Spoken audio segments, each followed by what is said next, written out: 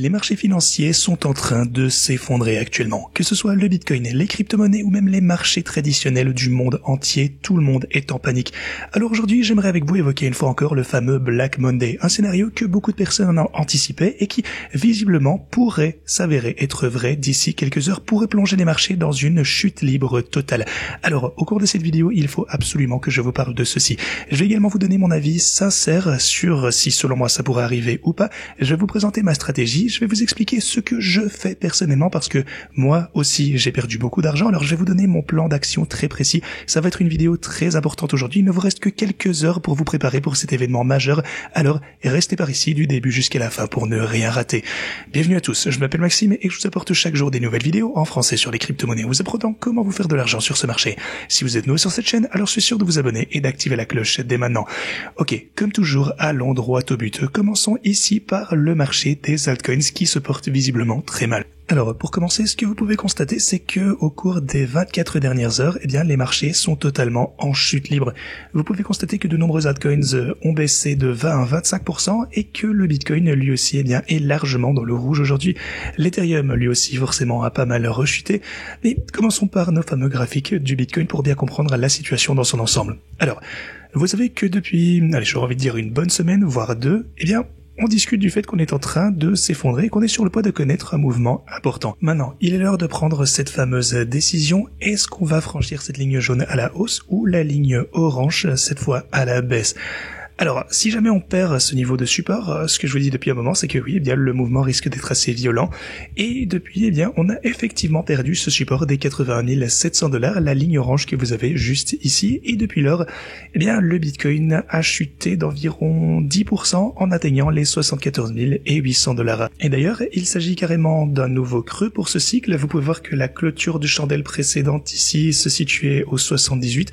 On verra donc où la chandelle d'aujourd'hui va pouvoir clôturer, mais on sait que cette journée risque d'être extrêmement volatile, il faut donc se préparer pour tout ceci.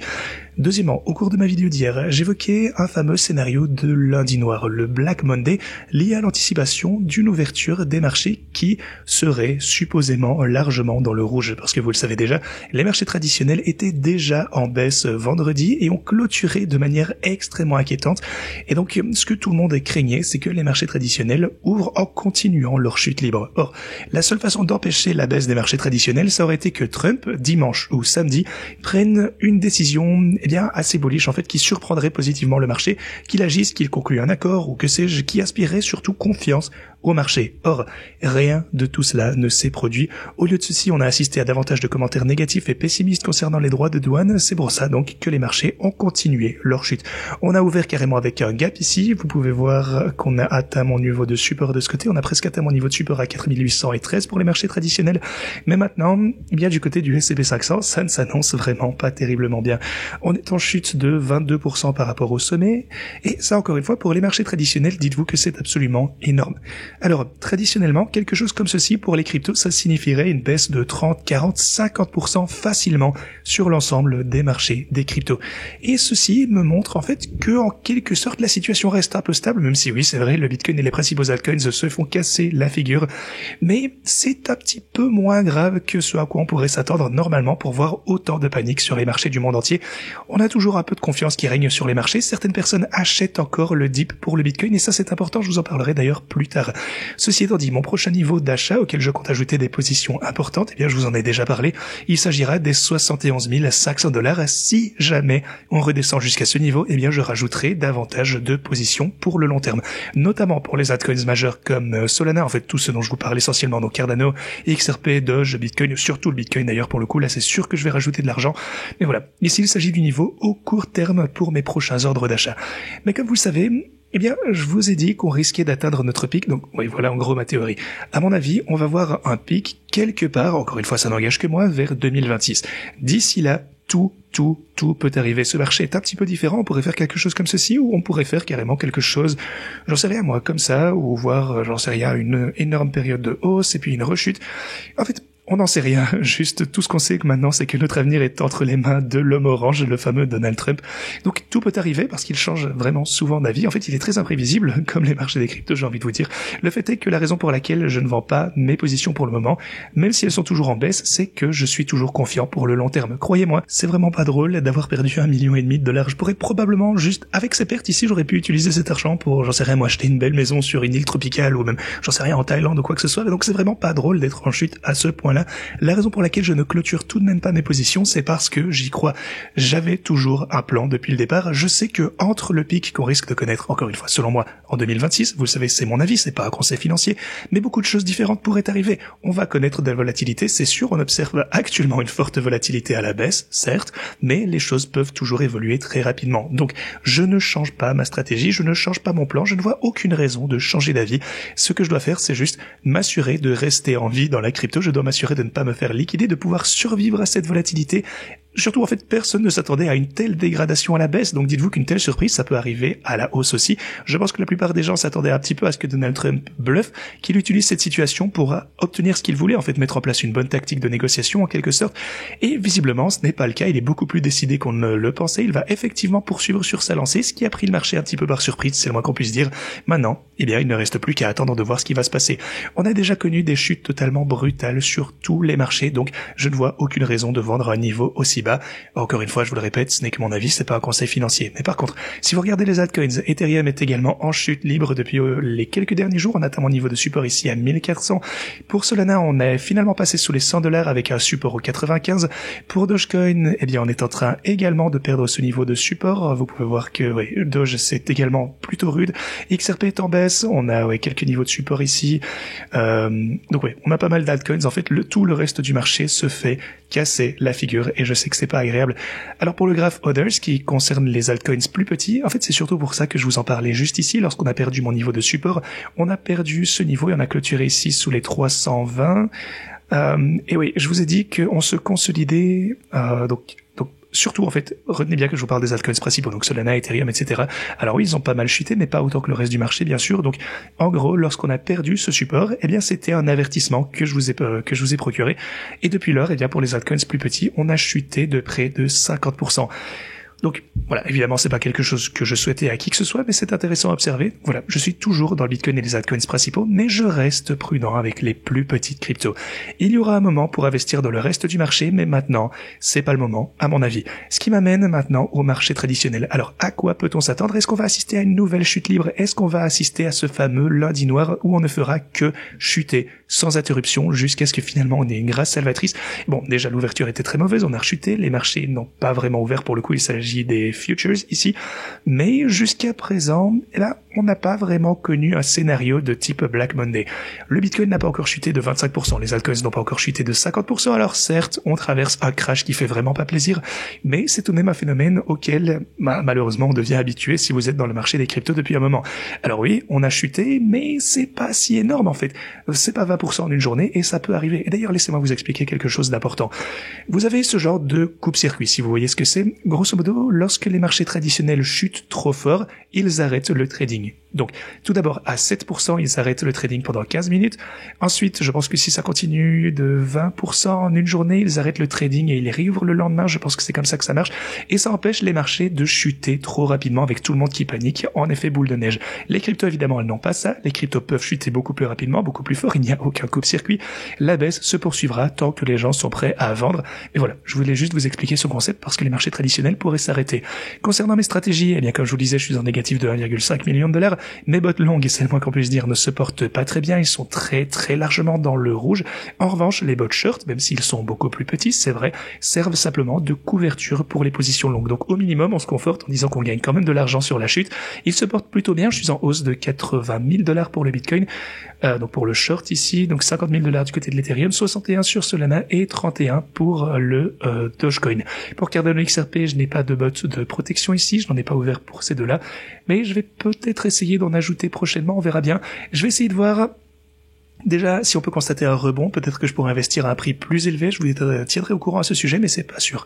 Comme toujours, concernant les cryptos, on a connu pas mal de liquidations. Au cours des 24 dernières heures, ça représente 1,37 milliard de dollars, ça commence à devenir conséquent, principalement dû au Bitcoin, à l'Ethereum, vous le voyez ici, mais aussi avec de plus petits altcoins qui, eux, connaissent de grosses liquidations.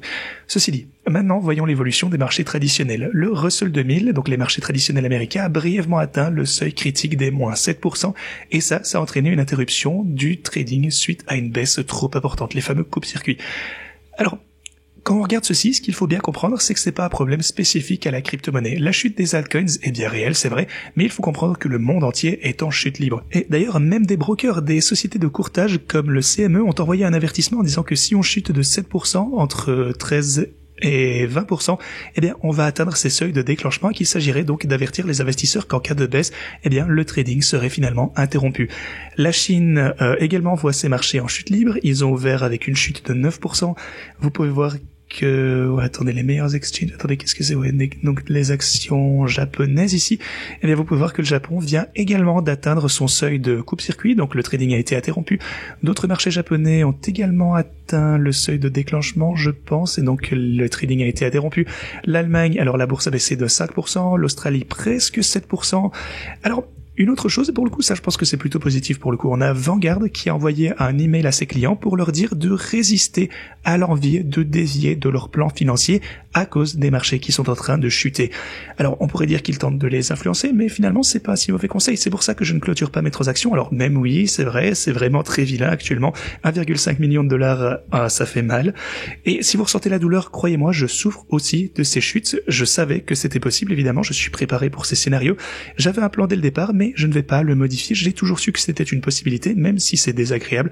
Je savais que si on chutait, eh bien, je pourrais simplement supporter cette chute. Donc, je ne vais pas clôturer mes transactions. Je pense de toute façon qu'on va finir par monter beaucoup plus haut et, comme je vous le disais, je prévois un pic quelque part en 2026. C'est toujours mon avis et je ne vois aucune raison de le changer. Et c'est pour ça que mon plan reste pareil. J'étais préparé pour ceci, même si c'est très douloureux d'être dans le rouge. Je ne vais pas dévier de mon plan et je ne vends pas mes actifs à ces prix aussi bas auxquels vous voudrez sûrement avoir acheté d'ici quelques mois. Et bien sûr, le cliché dit que les meilleures opportunités d'achat se trouvent généralement lors de gros crashs. J'ai survécu au crash du Covid déjà. J'ai survécu à plusieurs crashs en 2017 également qui étaient très très violents. On a marqué des forts replis. J'ai survécu au crash de Luna. J'ai survécu au crash de Celsius. J'ai survécu à FTX. Et tout comme à l'époque, cette fois-ci, ça ne change rien. C'est moche, c'est douloureux, c'est agaçant, c'est ennuyeux. Vous pouvez dire tout ce que vous voulez, ça fait mal. Mais comme les autres fois, eh bien, on va traverser cette épreuve et au final, tout ira pour le mieux. Sinon, en vous parlant d'actualité concernant les droits de douane, on a 50 pays qui ont contacté les États-Unis pour tenter de négocier des accords tarifaires et le président Trump a déclaré qu'il ne conclurait aucun accord avec la Chine et ce, tant que le déficit commercial ne serait pas résolu. Alors, je sais pas trop comment ils vont pouvoir résoudre ce problème parce que les produits chinois bon marché sont apportés en Occident, ça a un gros marché. Il n'y a pas vraiment énormément de produits fabriqués en Occident que la Chine souhaite réellement, donc peut-être finalement qu'ils n'ont pas tant à perdre, comme les iPhones, ok, peut-être quelques voitures allemandes, mais quelque chose comme ça, ce ne sera pas autant que ce que la Chine peut, elle, exporter vers l'Europe ainsi que les États-Unis. Donc voilà, encore une fois, on fait pas de géopolitique ici, mais je ne pense pas que ce déficit commercial puisse être comparable à une volonté de Donald Trump d'inciter la Chine à importer autant de produits des États-Unis que les États-Unis de Chine, parce que, à mon avis, ça ne fait pas beaucoup de sens. Dans ce sens-là, ça n'a jamais vraiment marché.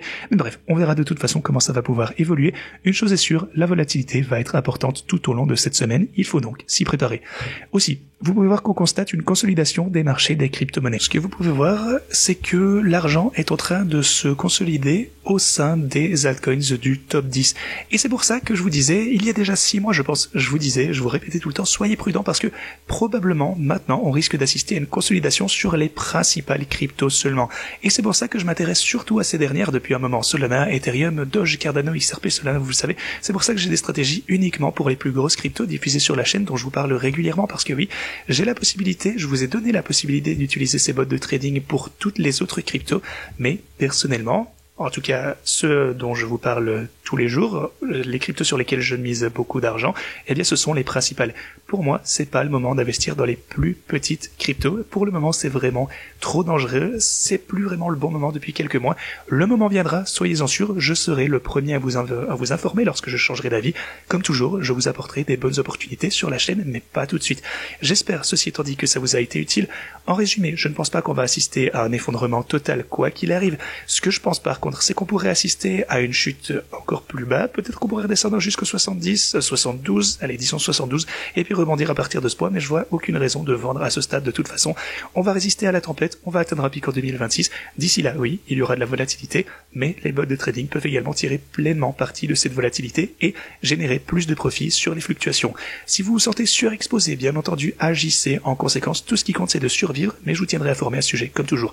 Merci beaucoup d'avoir regardé cette vidéo et à la prochaine.